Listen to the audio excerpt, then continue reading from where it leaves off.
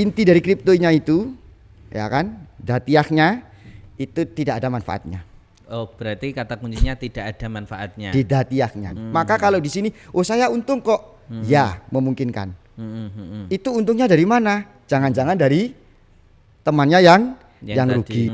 Digunakan untuk membohongi orang yang nggak ngerti. Akhirnya atas nama teknologi kita menipu orang.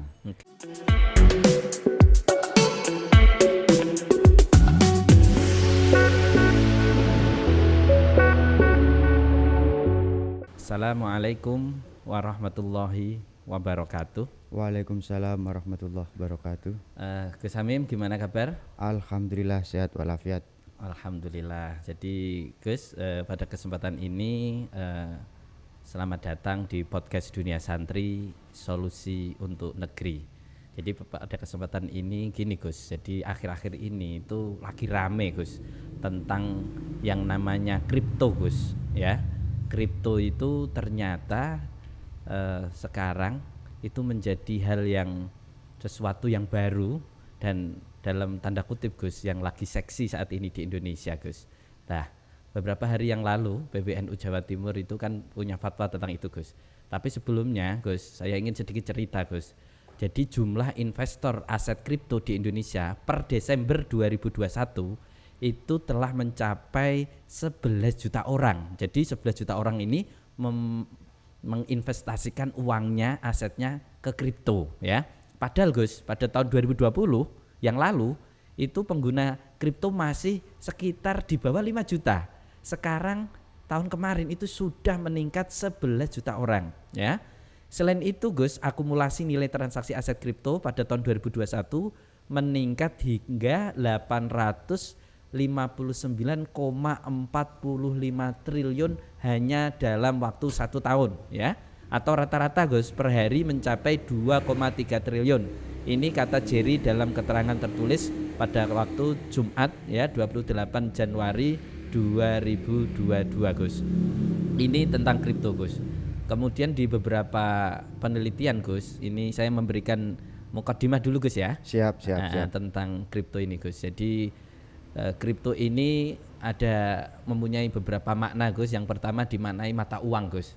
Mata uang kripto ini adalah aset digital yang dirancang untuk bekerja sebagai media pertukaran yang menggunakan kriptografi yang kuat untuk mengamankan transaksi keuangan, mengontrol proses pembuatan unit tambahan dan memverifikasi transfer aset.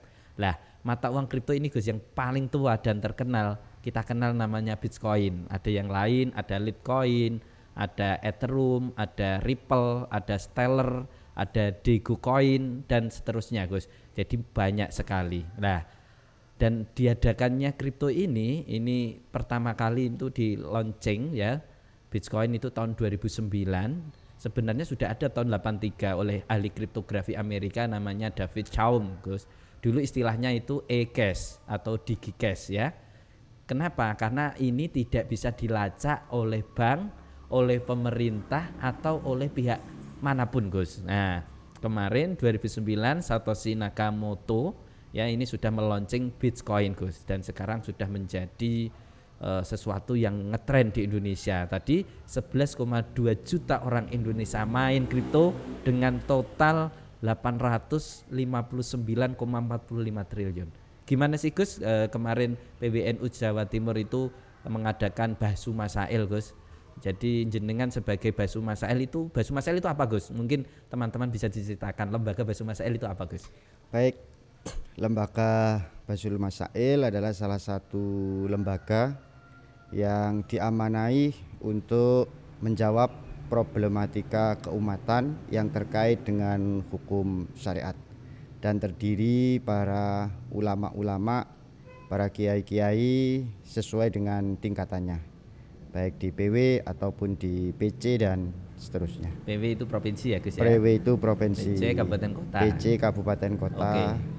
Dalam Basu Masail itu kan ada, mohon maaf Gus, ada maudhu'i, apa saja Gus? Mungkin bisa diterangkan ke teman-teman. Nah, ya, jenisnya. Baik. Ada 3, begitu ya. Ada maudhu'i, kemudian ada konuni, kemudian ada waqi'iyah. Ya, yang maudhu'i itu apa Gus? Maudhu'i itu tematik. Oke. Jadi tematik itu misalkan membahas satu tema utuh, misalkan membahas kerukunan antar umat beragama. Oke. Lalu dibahas batasan toleransinya bagaimana. Termasuk hasil Munas yang non muslim di Munas Banjar itu ya Gus? Nah, itu bagian dari maudhu'i. Maudhu'i ya. Betul. Tematik ya. Tematik. Jadi sudah tidak ada konsep non muslim lah di Ah, Indonesia karena betul. Indonesia bukan negara agama gitu ya Gus. Betul, Ya? betul. Oke. Kemudian ada konuni. Nah, konuni itu biasanya menyikapi segala sesuatu yang terkait dengan undang-undang.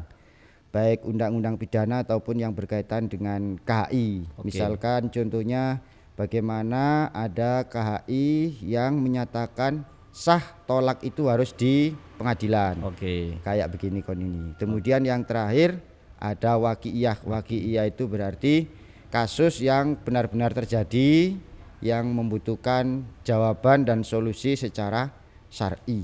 Yang beredar di problematika umat ya Gus Nah, ya. Nah, termasuk ini Gus, hukum kripto ini yang masuk yang mana Gus? Hukum Antar yang kripto itu masuknya ke waqi'i Waqi'i, karena ya. sudah terjadi. Jadi atas dorongan, atas permintaan dari berbagai pihak karena sudah menjamur Nggih. di mana-mana tempat, kemudian akhirnya meminta kepada LBM PWNU Jawa Timur untuk membahas karena mereka juga ingin tahu. Nah, ini bagaimana sih sebenarnya Hukumnya. menurut syariat, menurut fikih, kira-kira Fikih, begitu ya. Oke Gus. Mungkin bisa sedikit diceritakan Gus bagaimana dinamika Lembaga Basu Masail PWNU Jawa Timur ini ketika membahas tentang Basu Masail waqi'i ya Gus ya, Betul, tentang betul, betul. cryptocurrency ini gimana Gus? Mungkin bisa diceritakan mulai dari awalnya mendatangkan pakar, kemudian bagaimana step-stepnya Gus, langkah-langkahnya Gus. Baik, dari awal itu kita menyusun draft soal, Oke. begitu akan dari berbagai narasumber, masukan, baik narasumber itu kita bisa melihat di internet kalau zaman sekarang lebih mudah. Oke. Kemudian kita datangkan pakar, kita datangkan pelaku dari berbagai pihak ya. Oke. Dari berbagai pihak itu artinya pelaku itu ada dua lah sederhananya. Ada pelaku yang rugi, ada pelaku yang untung, kira-kira gitu. Ya. Kita datangkan biar fair begitu ya, biar seimbang. Oke. Kita datangkan, lalu kita buat masalah persoalannya, kita susun, lalu kita hadirkan dari beberapa PC yang ada di wilayah Jawa Timur. Jadi Oke. PC-PC kurang lebih 45-an itu diundang LBMPC. Oke. Kemudian beberapa pondok pesantren seperti Lirboyo, Peloso, Nurul Khalil ini kita hadirkan. Nah, Oke. perjalanannya di Basul Masail itu sangat seru begitulah Seru ya. ya. Oke. Seru begitu ya. Artinya semua yang hadir memiliki argumentasi Masing-masing. baik argumentasi Pro. logis begitu ya dari waqo' al-hadisah istilahnya. Oke. Faktanya itu bagaimana kejadian? Fakta di lapangan. Fakta di lapangan, kasusnya itu bagaimana? Kemudian juga argumentasi dari sisi kutubul mu'tabaroh, Oke. kitab-kitab yang diakui kredibilitasnya untuk menjelaskan persoalan-persoalan syar'i. Nah, akhirnya saling adu argumen. Oke. Kemudian ada yang setuju, artinya setuju itu boleh, ada yang mengatakan tidak boleh, ada yang netral istilahnya Iya, begitu oke, ya kan. oke. Nah, tapi pada akhirnya, nah setelah melalui proses yang panjang, mendengarkan masukan dari berbagai pihak, termasuk dari narasumber tadi itu, lalu disimpulkan oleh Promus dan ditaskheh oleh Musokheh, Oke. lalu terbitlah, nah edaran LBM rumusan, Jawa Timur. nah yang Oke. Sebelum masuk sana Gus, kan tadi menceritakan tentang ada pakar kripto yang dihadirkan. Iya. Pada waktu itu ada Dr. Rahmat Setiawan. betul. Kemudian yang kedua ada Pak Samsudin ya Iya, Gus ya. betul. Mungkin bisa diceritakan Gus sedikit Pak Rahmat itu cerita bagaimana, Pak Sam itu cerita tentang apa Gus sebelum teman-teman LBM itu membahas secara hukum. Itu menjelaskan persoalan-persoalan begitu ya dari berbagai narasumber, persoalan-persoalan bahwa kita semua akui bersama bahwa kripto itu adalah bagian dari teknologi, intinya begitu. Dari bagian dari kemajuan lah, Yes. yang tidak bisa dihindarkan seperti kalau sekarang ada apa namanya HP Ya.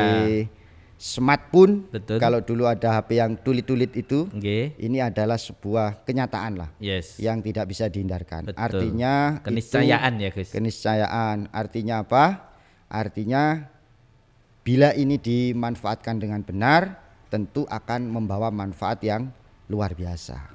Tapi di dalam prakteknya, Oke. di dalam kripto ini kita banyak menemukan persoalan-persoalan yang tidak aman di dalam sisi keuangan kita.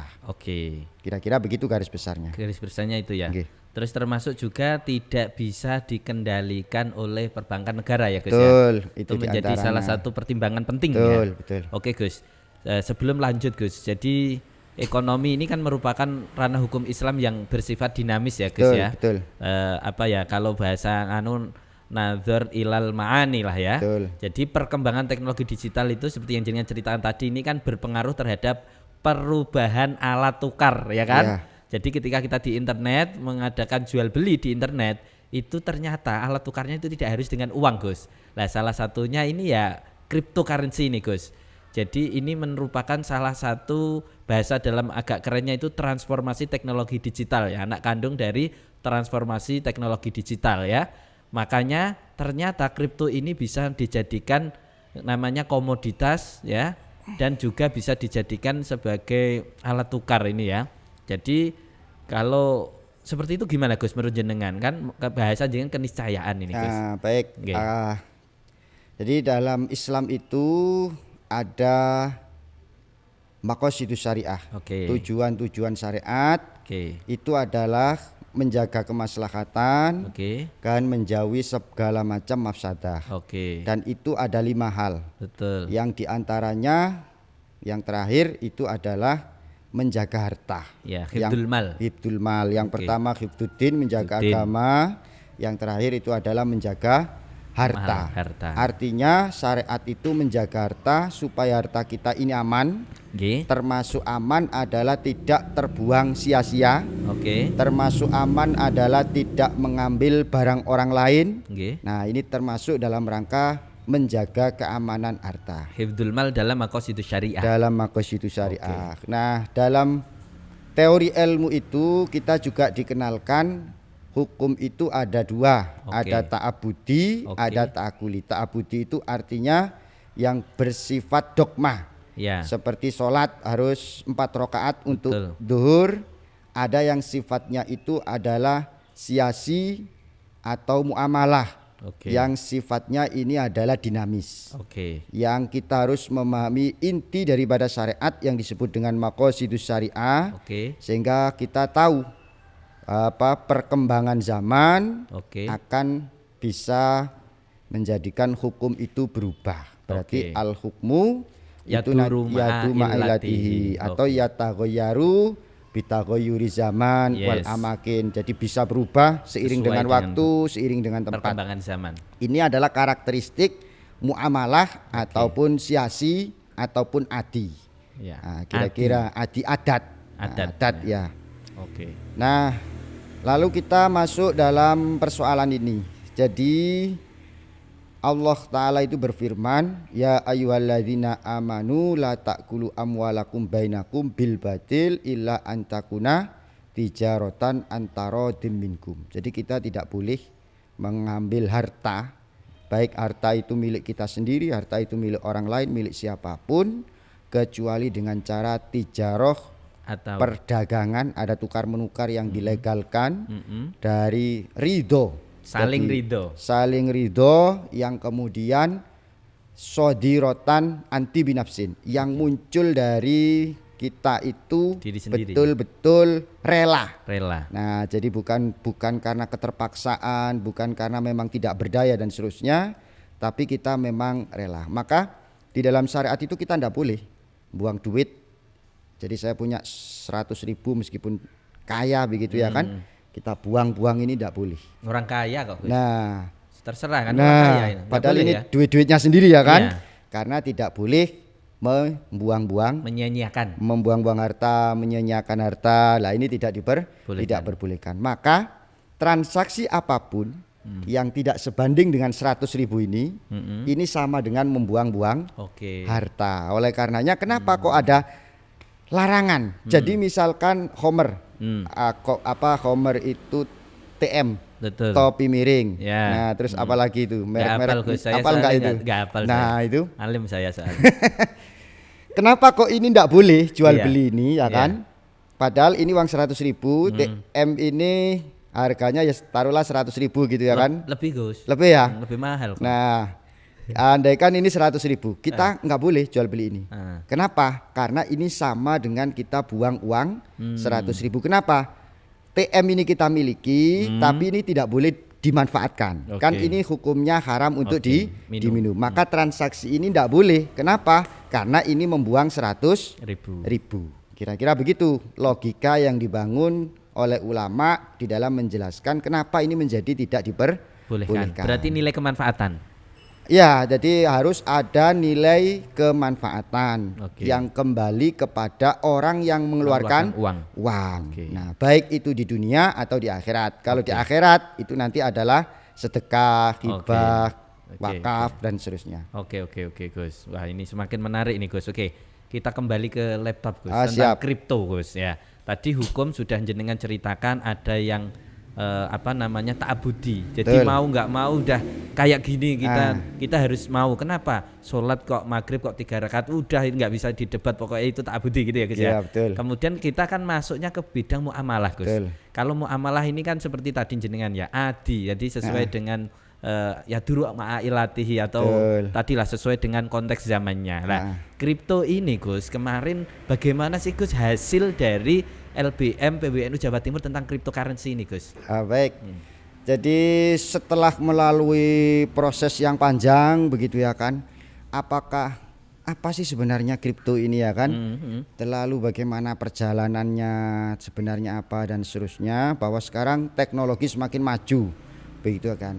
Bahwa teknologi semakin maju itu tentu kita harus manfaatkan dengan sebaik-baik mungkin. Sebagai orang beragama, berbangsa, tentu kita gunakan sebagai alat perjuangan kita beragama dan berbangsa.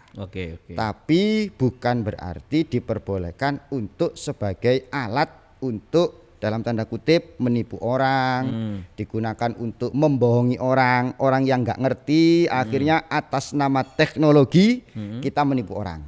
Nah, kalau yang kayak begini nih yang jelas tidak diperbolehkan. Nah, gitu. Kalau menurut ini Gus, menurut orang-orang yang ini ya, yang kekeh kalau kripto ini kan menurut mereka itu Gus, kripto itu ada namanya blockchain-nya Gus. Betul. Blockchain itu kalau bahasa sederhananya Gus, saya hutang sama jenengan 1 juta. Kalau manual itu yang nulis hutang kan jenengan sama saya hanya berdua. Betul. Tapi kalau sistem blockchain ini Gus, itu orang di kampung ini itu nulis semua Gus kalau saya hutang jenengan. Betul, iya. Jadi menurut mereka Gus, menurut orang-orang kripto ini sangat terkontrol, sangat transparan. Jadi bahasa mereka tidak ada sistem menipunya. Bagaimana Gus? Baik begini.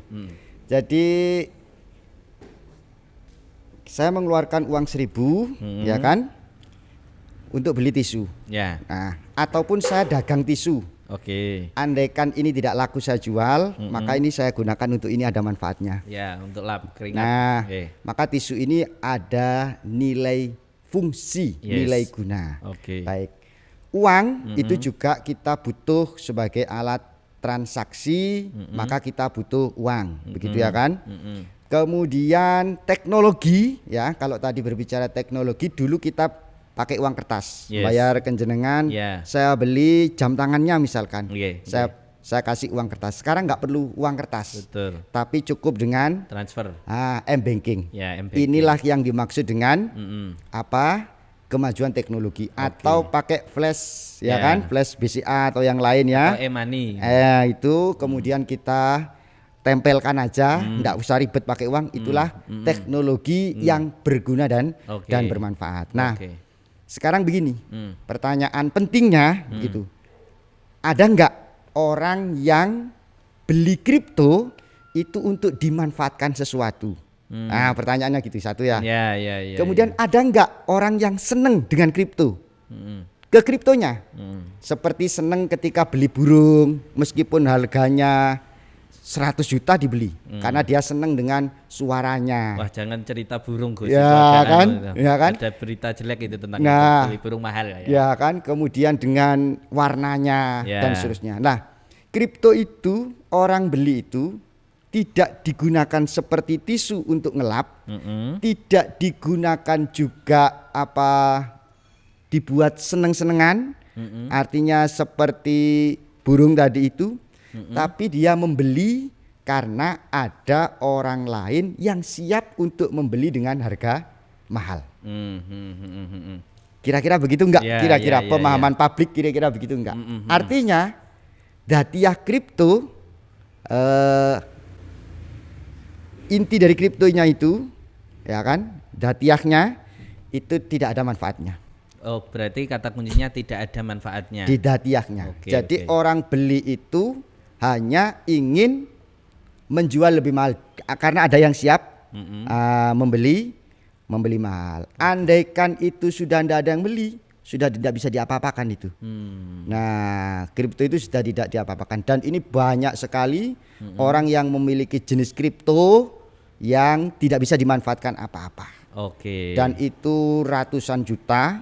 Kita juga banyak begitu kan, di samping kripto itu fluktuasinya tinggi, bahkan sampai titik nol yang tidak laku, yang mereka dulunya mengambil uang dari sakunya itu ada yang 30 juta, ada yang 100 juta. Ini akhir-akhir ini rame lagi. Betul. Kita bisa dilihat sosmed, Yes. ya kan, itu bukti bahwa di sini tidak ada Antarodin. Ya, Tidak ada Antarodin, oke. itu dia marah-marah itu ya kan. Iya, merasa Ini tertipu. gimana ini uang saya yang 10 juta kok tiba-tiba jadi 50 Hasil jual kambingnya. ribu. Nah, kadang-kadang jadi diiming-iming oleh orang. Nanti kalau beli 100 ribu bisa gunakan Untungannya sekian persen. keuntungannya bisa 5 juta. Berarti mikirnya kalau 1 juta berarti bisa sampai 50 juta. Akhirnya kadang-kadang hutang. Betul. Nah, kadang-kadang hutang, Betul. ternyata setelah beli beberapa waktu nol atau sampai meskipun tidak nol 5.000. Oke. Nah, ini utang mau pakai nyaur pakai apa? Ya, Disinilah syariat itu hadir berlaku. untuk melindungi Melindungi. perekonomian umat, untuk melindungi hartanya Oke. biar tidak Ya. sia-sia. Hifdzul mal tadi Gus ya. Nah, Oke, hifdzul berarti kata kuncinya antarodin di dalam kripto tidak ada. Kemudian yang kedua manfaatnya tidak ada, gitu ya Gus ya. Oke. Saya klarifikasi, kalau Antarodin itu di awalnya rata-rata iya. Tapi di Ridho itu pertengahannya- karena diiming-iminginya tadi itu. Ya, Tapi pada akhirnya rata-rata semuanya sudah kecewa. Nah, kecewa. Oke, Kecuali yang cerdik-cerdik itu, Ya. nah dia bisa Memainkan. memainkan peran. Terus Gus, di dalam fatwanya ini salah satu kata kunci kan juga mengandung kripto itu mengandung unsur horor gitu kalau nggak salah. Betul. Penipuan itu Gus ya. Betul. Gimana Gus itu cara biar teman-teman ini tahu horornya kripto itu di mana? Jadi horor itu tidak hanya penipu, itu maksudnya begini, horor itu mengandung unsur yang tidak bisa kita Prediksi. deteksi, tidak bisa kita kuasai, tidak bisa kita Prediksi. kita upayakan. Jadi horor itu maksudnya begitu. Tidak terkendali. Jadi ya tidak terkendali. Jadi misalkan tisu tidak laku, kita bisa upayakan jualan kemana-kemana dan seterusnya. Nah, di dalam kripto ini tidak demikian. Kenyataannya tidak demikian. Lalu begini, pertanyaan pentingnya sebenarnya ya, di antara unsur ada horor dan seterusnya itu. Bila semuanya itu, taruhlah ini yang namanya teknologi itu ya kan, kita andaikan ini aja untuk menggunakan teknologi. Ini saya beli 5.000, terus dibeli lagi 10.000, dibeli lagi 20.000 dan seterusnya dan seterusnya. Kita modal 10.000, tapi dapat uang sampai 100 juta, misalkan, atau 10.000 dapat uang sampai 5 juta, ya kan? Ini uang jutaan ini miliknya siapa? Ya. Semuanya tidak ada yang bekerja, semuanya nganggur-nganggur. Beda kalau kita jualan online, itu ada yang produksi barang, ada yang kita online tisu, ada yang memanfaatkan tisu, ada yang berjualan tisu, walaupun kita duduk online, tapi ada yang bekerja Ada di barangnya. lapangan, ada yang bekerja di lapangan, ada yang memanfaatkan, ada yang dimanfaatkan dan itu kita jelas pemanfaatannya lah di dalam ini semuanya tidak ada.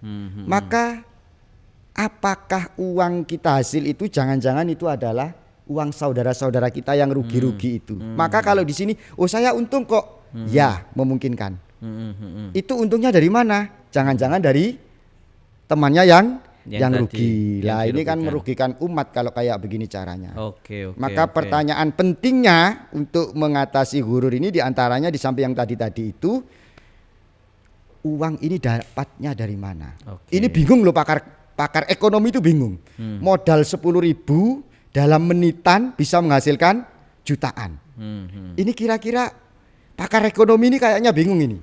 Pak Tung aja mungkin bingung ini untuk menjelaskan bagaimana uang 10.000 dalam menitan bisa mencapai jutaan, ya kan?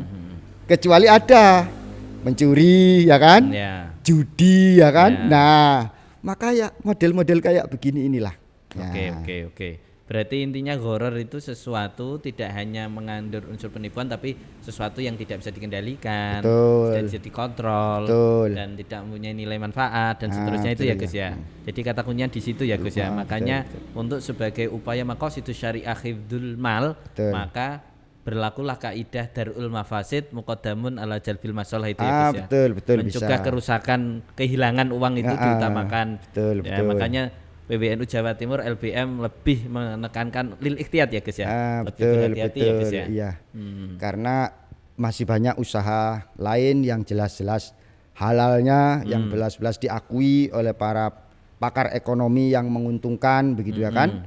Tentu dalam persoalan perekonomian kita ini juga mengambil informasi penjelasan dari para pakar-pakar ekonomi. Nah, begitu. Oke Gus.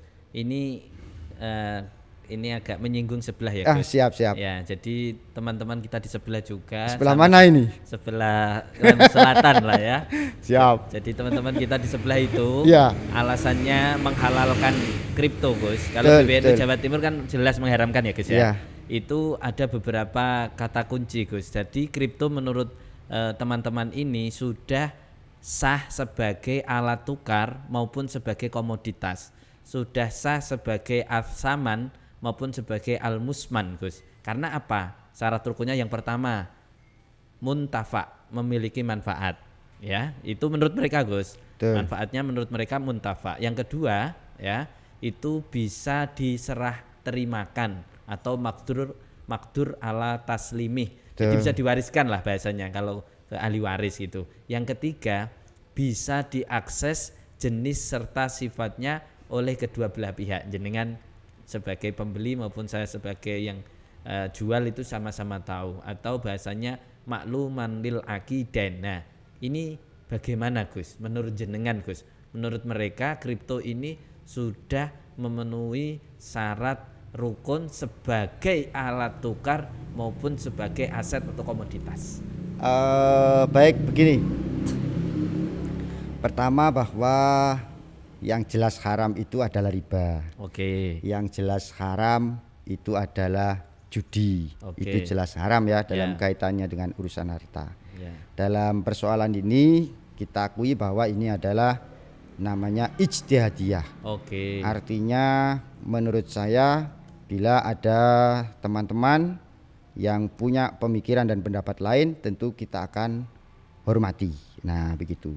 Jadi tentu kita akan hormati bila itu betul-betul berdasarkan dari upaya ijtihadiyah, baik itu ijtihadiyah dari teks kitab-kitab salaf ataupun ijtihadiyah terkait dengan waqai hadisahnya atau penelitian terhadap kasus-kasus itu. Jadi kita memang diajarkan untuk saling menghormati di antara perbedaan dalam persoalan ini. Namun demikian ijtihad yang dilakukan oleh LBM PWNU seperti tadi itu, nah Jawa Timur ya Gus? Jawa Timur maksudnya. Nah, ketika persoalan muntafa itu kembali ke tadi yang sudah saya jelaskan bahwa ya tisu tadi itu sebagai mudah untuk kita Analogi sederhananya. menganalogikan. Tisu itu digunakan untuk ngelap, kemudian kalau burung tadi itu suaranya, kicaunya di ini Ada yang dinikmati. ndak ada. Kripto itu apa yang dinikmati? Kecuali hanya ada iming-iming, ada orang lain yang mau membeli dengan harga yang lebih mahal. Nanti ada iming-iming lagi, ada iming-iming lagi. Nanti kalau sudah yang pengiming-imingnya itu selesai, sudah. Kalau kita beli akik misalkan, kita memang seneng akiknya itu ya kan. Ada orang meskipun mahal ya dibeli, bukan karena iming-iming apa. Lah inilah yang disebut bermanfaat. Karena kata pepatah itu kebahagiaan itu mahal harganya. Maka beli bunga kalau maksudnya itu dia bahagia meskipun mahal. Nah, ini juga nanti akan ada manfaatnya. Kecuali nanti yang tipu-tipu, maksudnya ya begitu ada saja di semua transaksi itu pasti ada jual belinya. Kira-kira begitu. Gus.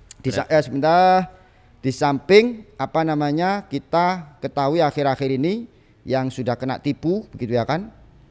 Ini sudah tidak bisa kita hitung.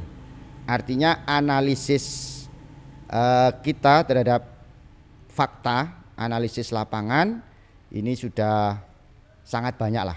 Artinya tidak 1, 2, 3 orang. Artinya sudah ratusan atau bahkan ribuan orang yang sudah tertipu, yang duitnya itu yang tidak tahu cara mainnya tadi ya Gus, dan kemudian tertipu itu ya. Bukan tidak tahu cara mainnya.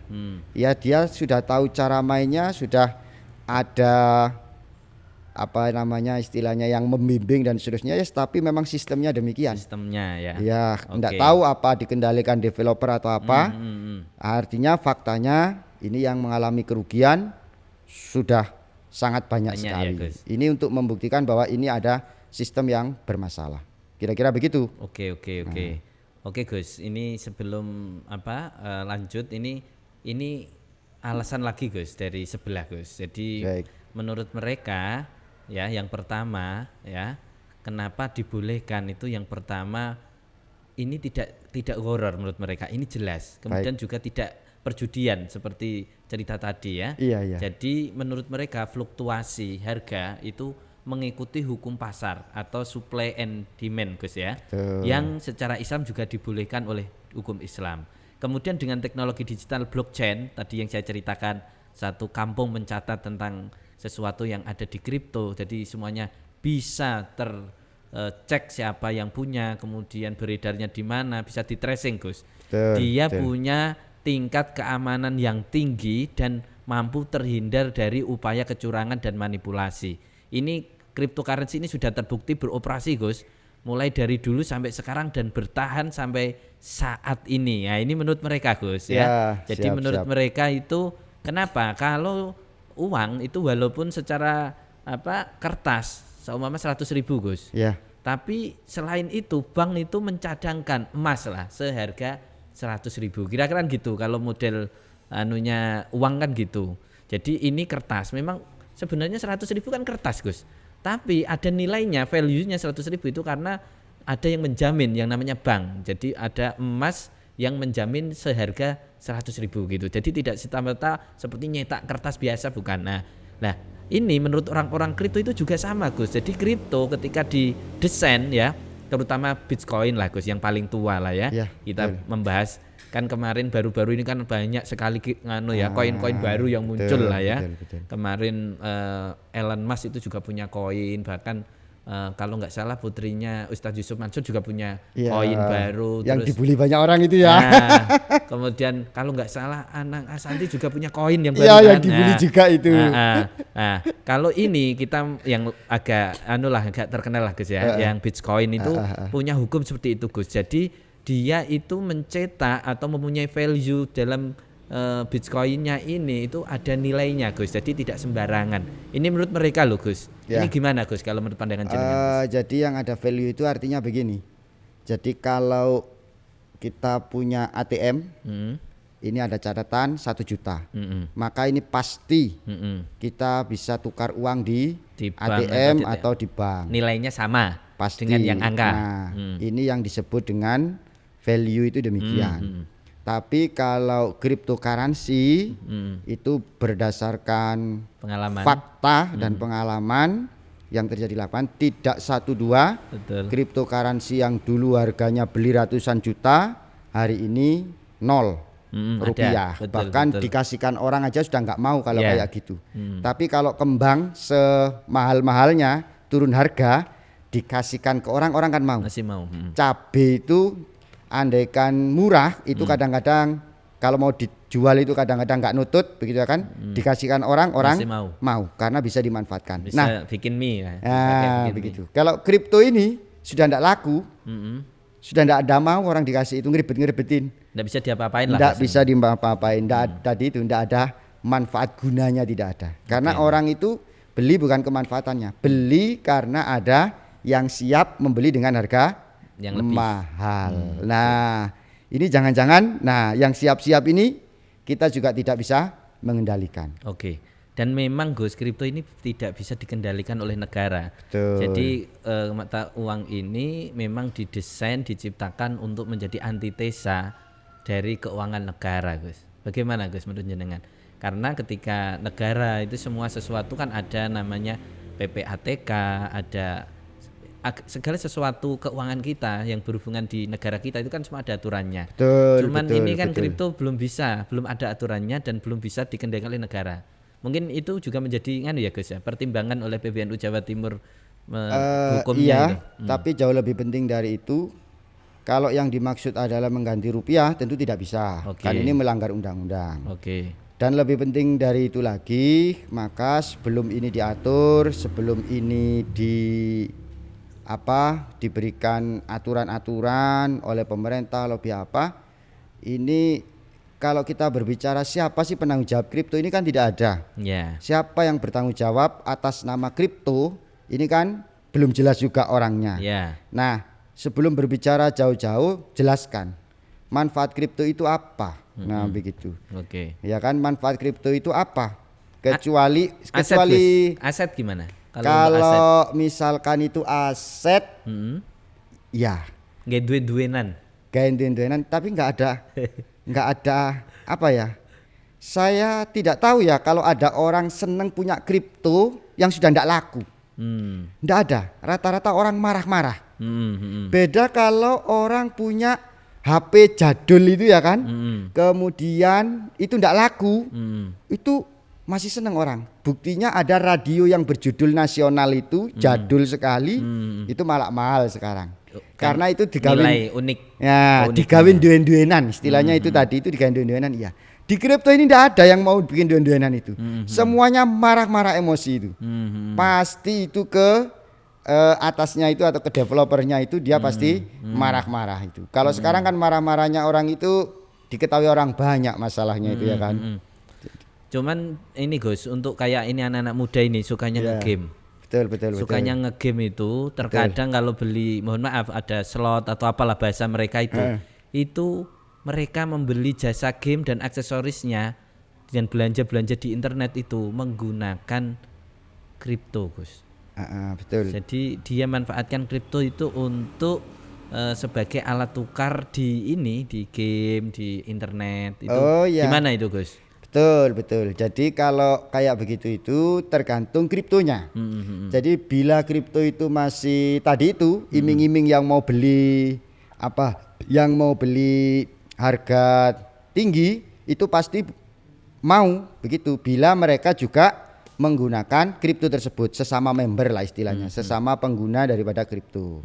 Dan itu memang sering dilakukan. Bukan hanya di internet, itu bisa digunakan beli sepeda motor, beli sarung, misalkan beli HP. Ini sering terjadi bila kripto itu masih dalam situasi banyak pembeli yang mau atau ini harganya masih ada. Tapi ini sewaktu-waktu, nah ini yang berbahaya, bisa hilang total. Yang orang banyak yang menyesal, baik pelaku tadi ataupun yang dia jual HP harga 5 juta dapat kripto sekian. Ternyata dapat 3 hari 5 hari kriptonya gulung tikar atau sengaja digulung. Nah, ini akhirnya merugikan sepihak. Kenapa? Karena ini sama seperti membuang HP. Nah, pada intinya ini adalah tidak ridho. Tapi mau bagaimana lagi? Wong ini sudah sepakati. Tapi akhirnya dia di hatinya ini tidak anti binafsin. Jadi secara psikologis ya, secara psikologis yang saya amati itu hampir sama dengan perjudian. Jadi perjudian itu satu menimbulkan marah kepada yang kalah, rugi, menimbulkan kemalasan dan seterusnya. Ini adalah psikologis dari judi. Dan dalam kasus ini juga demikian.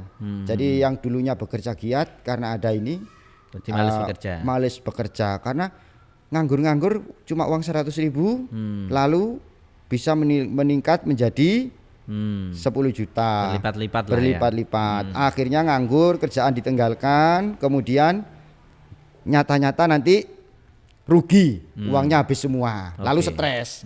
Nah ini kejadiannya tidak 1-2. Kemudian pertengkaran ini banyak sekali kasusnya. Jadi pertengkaran itu ada sistem arisan, ada macam-macam ya. Jadi nitip uang setiap bulan misalkan 100.000. Nanti jangka 6 bulan, ada yang jangka 12 bulan begitu. Nanti dapat sepeda motor atau nanti dapat HP baru. Padahal nilainya 500.000 cuman, tapi dapat HP senilai 7 juta, dapat motor senilai 17 juta. Nah, pada akhirnya begitu ya kan. Awalnya sama-sama enggak ada yang ingin nipu itu. Nah, ternyata pada waktu jangka 12 bulan atau 6 bulan, kripto yang siap untuk membeli HP dan seterusnya itu yang kayak gembira kedua belah pihak. Akhirnya pihak yang bikin program tadi itu nggak bisa membelikan HP, nggak bisa membelikan motor. Kenapa? Karena kriptonya ini tidak punya nilai atau tidak laku atau turunnya sangat menyusut sangat drastis, jauh, sangat drastis. Lah akhirnya ini timbul pertengkaran. Lo gimana dulu perjanjiannya begini dan seterusnya. Lah ini jadi secara psikologis yang ditawarkan oleh syariat itu kok mirip begitu ya kan. Ya ini namanya istihad. Ya tapi cobalah kita pikir. Nah ini penghasilan berlipat-lipat itu dapat dari mana? Oke Gus. Berarti PBNU Jawa Timur melalui Lembaga Basu Masail ini memberikan keputusan kalau kripto haram karena yang pertama mempunyai fluktuasi yang sangat tinggi, naik turunnya tidak bisa dikendalikan, ada unsur gorornya, dan kemudian kalau bahasan jenengan tadi ini sifatnya memang ijtihadi, bagian dari hifdzul mal maqasidus syariah gitu ya. Betul. Ada yang lebih penting itu yang menjadi catatan itu. 10.000 dapat uang 2 juta misalkan. Itu duitnya siapa itu? Nah itu tanda tanya besarnya itu begitu. Kalau tidak dapat lotre itu dapat dari mana itu? Kira-kira begitu ya kan? Iya. Nah itu. Oke. Terima kasih Gus, luar biasa untuk hari ini. Teman-teman, ini adalah podcast Dunia Santri yang membahas tentang problematika fenomena-fenomena hukum yang lagi berkembang di masyarakat. Oke, tunggu podcast Dunia Santri selanjutnya dengan saya Abdullah Hamid. Demikian, terima kasih Gus atas waktu dan ilmunya. Semoga bermanfaat untuk teman-teman semua. Jadi tadi ada beberapa poin ya untuk cryptocurrency saat ini. Demikian dari saya, terima kasih atas waktu dan ilmunya. Mohon maaf Gus ketika mungkin ada sesuatu yang kurang pas. Siap, sama-sama. Assalamualaikum warahmatullahi wabarakatuh. Waalaikumsalam warahmatullahi wabarakatuh.